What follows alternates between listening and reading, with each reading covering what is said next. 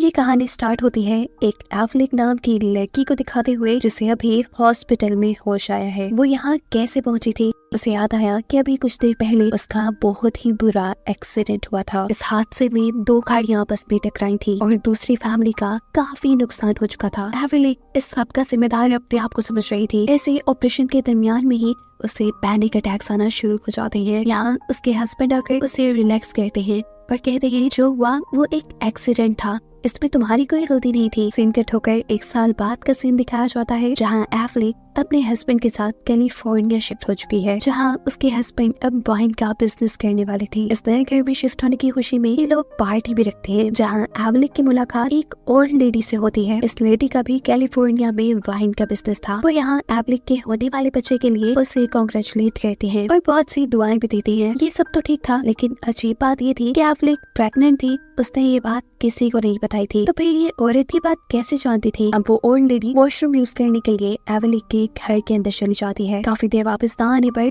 जब एवलिक उसे चेक करने जाती है तो वो देखती है कि ओल्ड लेडी एवलिक के रूम में ऐसी अकड़ी खड़ी है जैसे किसी ने उसे पोसेस किया हो। उसका चेहरा ऐसा था कि जैसे उसने कोई खौफनाक चीज देख ली थी। वो डरी सहमी खड़ी थी। एवलिक जैसे ही इस ओल्ड लेडी को हाथ लगाती है तो वो होश में आकर एवलिक को ही डांटना शुरू कर देती है कि तुमने मुझे हाथ कैसे लगाया। जिसके बाद वो ओल्ड लेडी एवलिक के घर से चली जाती है। पार्टी भी खत्म हो चुकी थी। एवलिक अपने हस्बैंड के साथ सो जाती है और रात में वो ख्वाब में दिखती है कि वो पूरी तरह खून से लथपथ है। उसके बेड का मेटल भी उसकी आंख में लग जाता है और वो डर कर उठ जाती है। ये सब बस उसका बुरा ख्वाब था। वो बहुत ही मुश्किल से अपने आप को रिलैक्स करती है और सुबह डॉक्टर के पास जाने पर वो अपनी इस कंडीशन के बारे में भी डॉक्टर को बताती है और डॉक्टर उसे योगा क्लासेस ज्वाइन करने का कहते हैं, जहाँ पर वो मिलती है सैडी नामी एक लड़की से। वो भी एवलिक की तरह 3 मंथ्स प्रेग्नेंट थी। इन दोनों की अच्छी दोस्ती हो जाती है और अब एवलिक जब घर आती है तो उसे अपने घर के पूल के अंदर किसी हुडी पहने हुए इंसान का शैडो नजर आता है। वो सर ऊपर कर सामने देखती है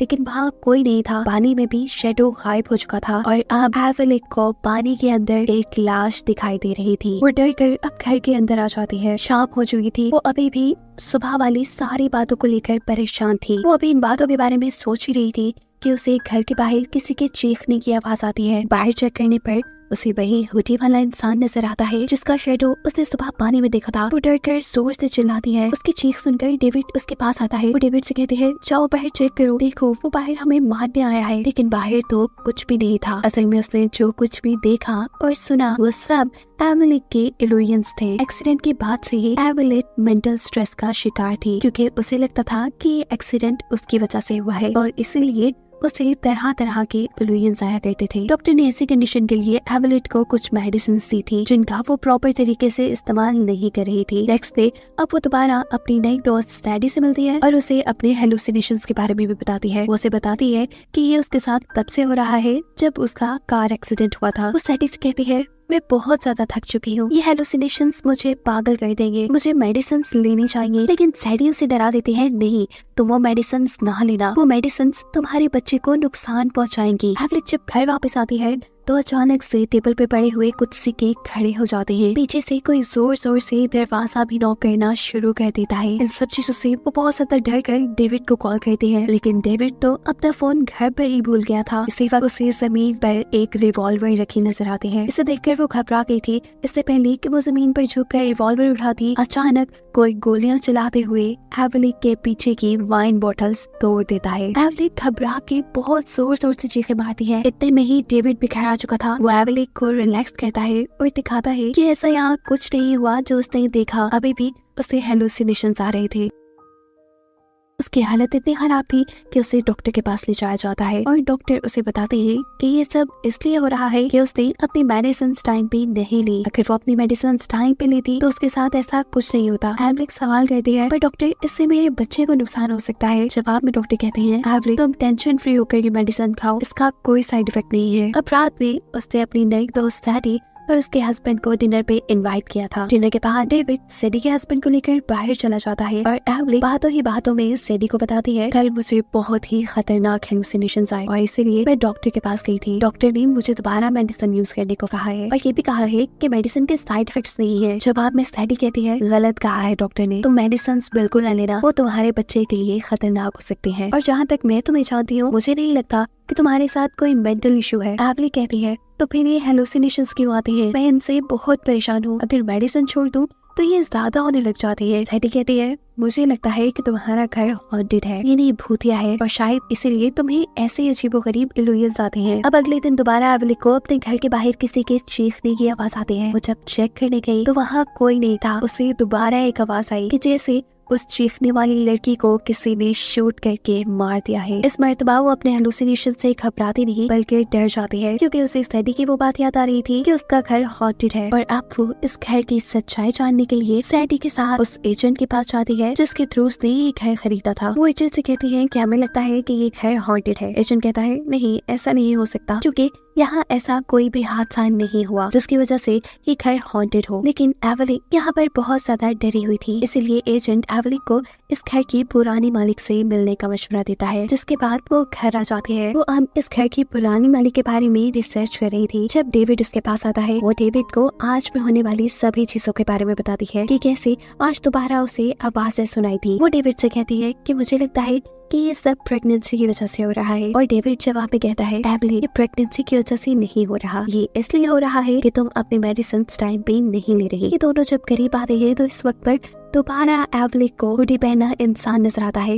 वो इससे डर जाती है और डेविड को अपने से दूर करते हुए बाहर आ जाते हैं। वो अभी यहाँ कुछ सोच रही थी कि अचानक वो पीछे मुड़कर दिखती है तो एक डमी उसे मारने के लिए आ रहा था। वो उससे बचने के लिए पीछे की तरफ मुड़ती है और ग्लास की बनी विंडो से टकराकर घर से बाहर गिर जाती है। इन आवाजों को सुनकर डेविड उसके पास आता है और उसे रिलैक्स करने की कोशिश करता है। एवली बताती है कि वो सामने डमी मुझे मारने आ रही थी, लेकिन अब तो डमी अपनी जगह पर ही थी, यानी ये भी उसके हेलुसिनेशंस थे। अब डेविड उससे कहता है कि तुम्हें अपनी मेडिसिन लेनी चाहिए। अब तो उसे भी गड़बड़ी ज्यादा महसूस हो रही थी, इसीलिए वो सुबह उठते ही मेडिसिन ले लेती है। और अब मेडिसिन लेने की वजह से कुछ ही दिन में वो काफी अच्छा महसूस कर रही थी। एक दिन कॉफी शॉप में वो दोबारा सैडी से मिलती है। ये दोनों बातें कर रहे थे कि एवली की नजर बाहर जाती है, जहाँ उसके हस्बैंड किसी लड़की के साथ थे। उसे लग रहा था कि डेविड उसे धोखा दे रहा है। वो फौरन घर आती है और घर में डेविड के सामान को चेक करने पे उसे एक काले जादू से रिलेटेड फाइल मिलती है। कुछ देर बाद उसके घर पे कुछ लेटर्स आते हैं। इस लेटर में बहुत से ब्लैक मैजिक से रिलेटेड बुक्स के नाम और ब्लैक मैजिक के तरीकों के नाम लिखे थे। एवली को अब डेविड पे ही शक होने लगा था कि शायद जो सब कुछ हो रहा है वो डेविड की वजह से हो रहा है। डेविड ऐसा तो कुछ कर रहा है जो वो उससे छुपा रहा है। एवली को अब और भी ज्यादा डर लगने लगा था। इस घर के ओनर को कॉल करती है उनसे इस घर के बारे में पूछने के लिए, और घर के ओनर उसे हेलिना नामी उस और लेडी से मदद लेने को कहते हैं जिसे हमने मूवी के स्टार्ट में भी देखा था। अभी वो यही बातें कर रही थी कि उसे विंडो के पीछे कोई चीज दिखाई देती है। वो आगे बढ़ती है तो कोई अजीब सी पावर खिड़की तोड़ते हुए उसे भी धक्का देकर गिरा चुकी थी। एवली को ये कंफर्म हो चुका था कि ये घर हॉन्टेड है, इसीलिए वो हेलिना को अपने घर बुलाती है। हेलिना अब उसके घर आ चुकी थी। वो उसका घर चेक करती है। घर चेक करते करते ये लोग जब पूल के पास जाते हैं तो पूल में भी लाश इन दोनों को दिखाई देती है। घर के अंदर आने पर हेलिना उससे कहते हैं कि इस घर में जरूर कोई इवल पावर है, यानी कोई शैतानी ताकत है। एवली को भी बातें उसकी कहीं न कहीं ठीक लग रही थी। वो जब किचन में हेलिना के लिए फाइन लेना चाहती है तो अचानक उसे किसी के चीखने की आवाज आती है। वो किचन से बाहर निकलती है और दीवार पे उसे खून से लथपथ हाथ के निशान दिखाई देते हैं। वो आगे बढ़ती है तो अचानक कोई अजीब सी ताकत एक चेयर उसके सामने कर देती है और वो सामने देखती है तो हेलिना बुरी हालत में जमीन पे पड़ी थी। उसे हार्ट अटैक आ रहा था और वो मर जाती है। मरने से पहले उसने एवली से एक बहुत ही अजीब बात कही। उसने कहा कि यहाँ वो कुछ भी नहीं है जो तुम सोच रही हो, ये सब तुम ही हो। एवली सोच में पड़ गई थी कि उसके कहने का मतलब क्या था, जिसके बाद हमें दिखाया जाता है कि अब वो डेविड से उन ब्लैक मैजिक की बुक्स के बारे में सवाल कर रही है। इन किताबों के बारे में डेविड कहता है कि ये किताबें मुझे मेरी कलीग ने दी थी ताकि मैं इस घर से एवल पावर को दूर कर सकूं। डेविड को अगर यहाँ किसी एवल पावर के बारे में पता था तो उसने पहले एवली को क्यों नहीं बताया। एवली को अब उसकी किसी बात पे यकीन नहीं था। वो गुस्से में यहाँ से चली जाती है। वो अब इस घर के ओनर से मिलने के लिए जाती है। वो उससे इस घर और वाइन यार्ड की सच्चाई जानना चाहती थी, जिस पर ये आदमी बताता है कि उस घर में कुछ एवल पावर्स का कब्जा था जिन्होंने मेरी ग्रैंड माँ को पोसेस कर लिया था। इन एवल पावर्स से बचने के लिए ग्रैंड माँ ने अपने साथ साथ उस घर को भी आग लगा दी, यानी उन्होंने खुदकुशी कर ली। यह आदमी उसे अपने ग्रैंड माँ के बने हुए कुछ स्केचेस भी दिखाता है और इनमें से एक स्केच डेविड का भी था जिसमें वो मरा हुआ था। वो इन चीजों को देखकर बहुत ज्यादा डर चुकी थी।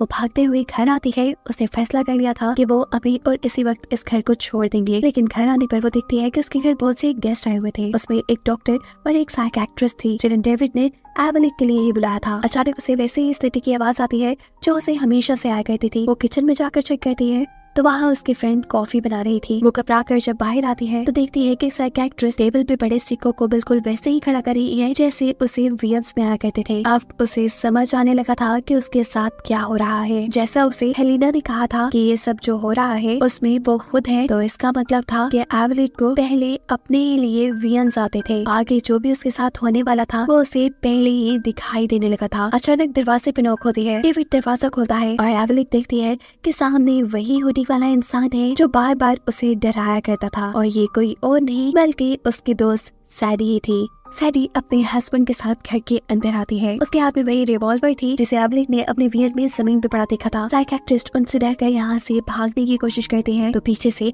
सैडी का हस्बैंड उसे शूट करता है। जो गोलियां साइकियाट्रिस्ट को लगने के बजाय वाइन बॉटल्स पर लगती हैं और वाइन बॉटल्स टूट जाती हैं, और फिर एक गोली साइकियाट्रिस्ट को भी लग जाती है और वो अपना खून से लथपथ हाथ दीवार पे लगाती है। ये भी वही सीन था जो एवलिक देख चुकी थी। इसके बाद इन लोगों में हाथापाई शुरू हो जाती है।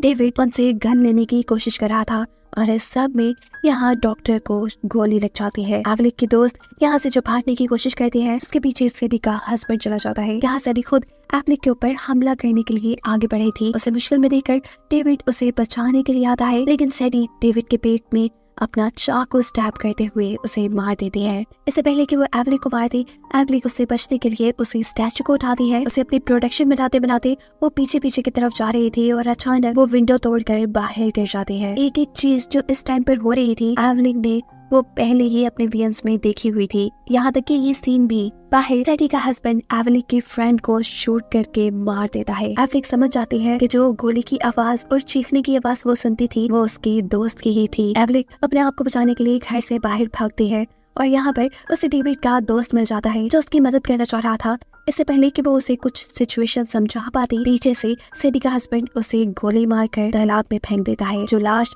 उसे हमेशा तालाब में दिखती थी वो डेविड के इस दोस्त की थी। तो उसके बाद सैडी का हस्बैंड एवलिक के मुंह पे टेप लगाकर उसे घसीटते हुए घर के अंदर लेकर आते हैं। एवलिक अपने आप को बचाने के लिए चेयर्स को इधर उधर घसीटती है और ये चीज भी हम पहले देख चुके हैं। ये दोनों एवलिक को ले जाकर उसके बेड के साथ बांध देते हैं। सैडी ऐसा सब क्यों कर रही थी? पता चलता है कि मूवी के स्टार्ट में एवलिक का जिस कार से एक्सीडेंट हुआ था वो सैडी की कार थी। उस वक्त सैडी प्रेग्नेंट थी और एवलिक की वजह से उसका बच्चा मर गया था और अब वो एवलिक के बच्चे को मारकर अपना बदला पूरा करना चाहती थी। वो एक चाकू उठाकर एवलिक के पेट पे कट लगाना शुरू कर देती है। जगह जगह खून फैल जाता है। ये वो सीन था जिसका एल्यूजन सबसे पहले इस घर पे आने पे एवलिक ने देखा था। एवलिक अपने बच्चे को बचाने के लिए अपने हाथों को जोर जोर से हिलाने लगती है। उसके हाथ बेड के मेटल के साथ बांधे गए थे। ऐसा करने पे बेड का मेटल टूट जाता है। मौके का फायदा उठाते हुए एवलिक इसी मेटल से सैडी के ऊपर हमला कर देती है और एक सेकंड में ही सैडी की यहाँ मौत हो जाती है। ये देखकर उसका हस्बैंड बहुत ज्यादा गुस्से में आ जाता है और वो अब एवलिक का गला दबाकर उसे मारने की कोशिश करता है। और इससे पहले कि वो एवलिक को मार देता, पीछे से जख्मी डेविड आकर उसे उनकी गन से शूट कर देता है। इतना सब बुरा होने के बाद आखिर डेविड को ये बात समझ आ ही गई थी कि उसकी वाइफ को कोई मेंटल इश्यूज नहीं थे। यहाँ पर सच में कोई ऐसी ताकत थी जो उन्हें आने वाले वक्त में होने वाली बुरी चीजों के विजन्स दिखाती थी। इसीलिए वो एवलिक की बात मानते हुए ये घर छोड़कर चले जाते हैं और मूवी के लास्ट सीन में दिखाया जाता है कि एजेंट ये घर एक नए कपल को दिखा रहा है। उनके इस घर में आते ही टेबल पे पड़े हुए सिक्के खड़े हो जाते हैं, जिसका मतलब है कि जो पैरानॉर्मल चीजें एवलिक के साथ हुई वो इस कपल के साथ भी होने वाली थी। और यही बताते हुए ये कहानी यहाँ खत्म हो जाती है।